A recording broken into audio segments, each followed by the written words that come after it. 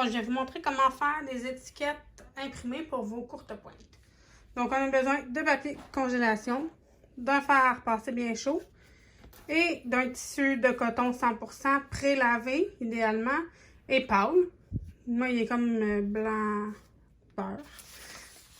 Là, j'ai coupé un morceau de papier congélation la même grandeur ou un peu plus petit que mon tissu de coton.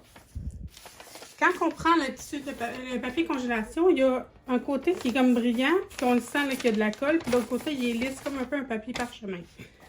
Donc, c'est le côté qui est collant qu'on va mettre sur l'envers de notre tissu. Là, je vois ici que j'ai des petites poussières, là, fait qu'idéalement, il faudrait passer le rouleau collant là, pour enlever les poussières et les fils de notre tissu. Il faut toujours que notre papier congélation soit plus petit que notre tissu. Puis ensuite, on va aller le recouper égal. Donc, on met le fer bien chaud à coton, bien sûr, sans vapeur.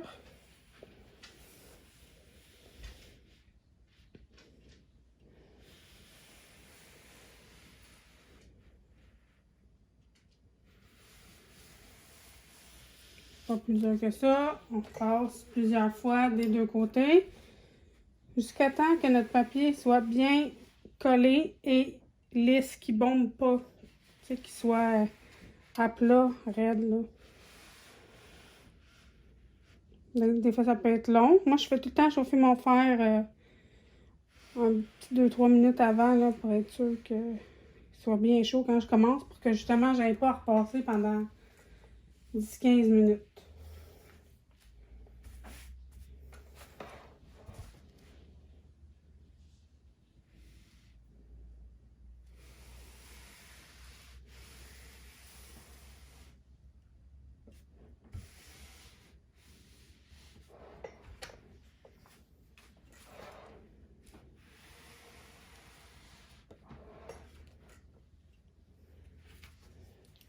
Je sais pas si vous voyez, mais il n'y a pas de bulles. Parfois, ça fait des bulles. Fait qu'il faut repasser jusqu'à temps que ça enlève les bulles. Fait que là, mon papier est bien beau. C'est à ce moment-là... Excusez-moi, je me suis étouffée en mangeant tantôt. Que je vais aller... D'accord, à plus tard. Ah, c'est ça, à plus tard. Je vais aller recouper un petit peu plus petit que mon tissu et mon papier pour être sûr que ça soit égal. Souvent, je vais prendre ma règle de courte pointe qui est de 6 pouces et demi. Fait que je vais mettre ça, bang, bang, bang, 6 pouces et demi partout. Puis je vais aussi mettre dans mon imprimante que j'utilise du papier de 6 pouces et demi. Donc, je vais recouper ça et on se retrouve à l'imprimante. Donc, pour l'étiquette, moi, j'utilise Adobe Illustrator. C'est sûr que c'est un logiciel qui est payant. Mais on peut faire vraiment des belles choses, là. On peut aller chercher, tu sais, les petits dessins, là, c'est pas moi qui ai créé ça, là. Je l'ai trouvé sur Pinterest, là, ou n'importe quel site où qui a des dessins, des images libres de droit. Fait qu'ensuite, j'ai ajouté mon texte. Là, j'ai corrigé mon erreur qu'on m'a dit tantôt. J'avais mis ER à réaliser au lieu de accent aigu E. Donc, j'ai ici mon... Pardon. C'est 6 pouces et demi par 6 pouces et demi, comme je vous disais tantôt, comme mon papier. Puis je veux tout le temps avoir laisser mon espace comme ça ici. Là, j'ai mis 1 pouce, je pense. Puis presque 2 pouces. Ici, je vais aller le passer comme dans ma couture, du côté du coin de la courte pointe. Puis ceux-là, je vais les replier. Je pense qu'il n'est pas correct, là. Il devrait être...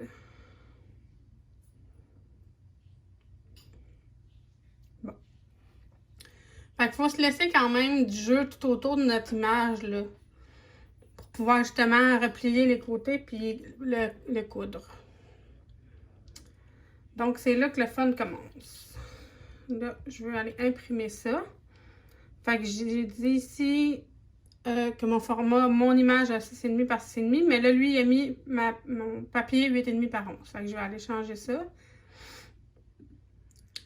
Ici, je l'avais déjà personnalisé. 170 par 170, c'est en millimètres, c'est 6 pouces et demi, 6 pouces et demi. Donc, on voit ici qu'il ajuste au bon format.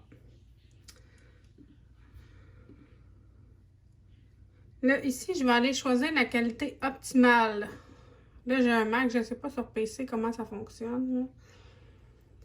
Puis mon imprimante, c'est une HP 4520, là, je pense 50$ chez Costco. C'est pas l'imprimante la plus top, là, mais ça fait vraiment une belle job. Fait que recto verso, on n'a pas besoin. De toute façon, on va pas le faire. C'est vraiment important de mettre optimal parce que c'est aussi la vitesse que l'imprimante va imprimer.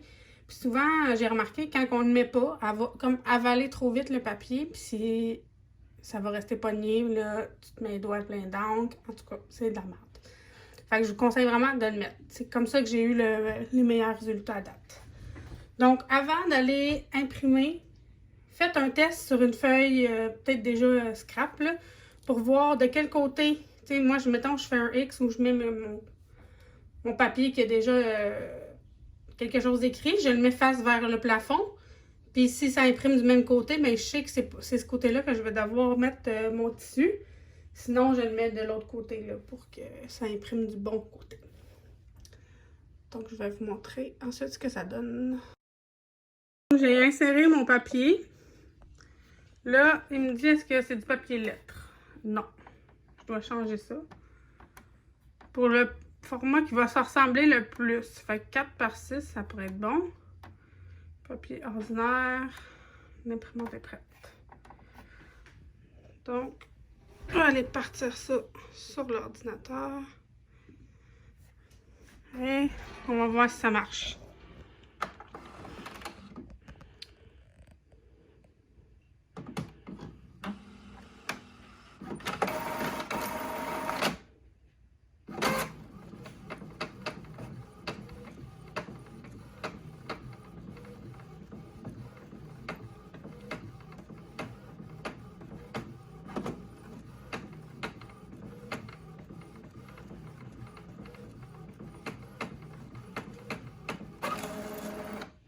Voilà! Yeah! C'est encore mon papier que je dois enlever ensuite pour ensuite aller le coudre. Une fois l'imprimante, l'impression faite, on peut aller repasser un peu au fer pour bien sceller notre encre. C'est pas nécessaire, c'est pas obligatoire, mais je le fais toujours. Là, j'ai pas mis le trépied, ça paraît. Donc, ensuite, on va peler le tissu et le papier, le décoller dans le fond. Puis ça va être prêt à être cousu.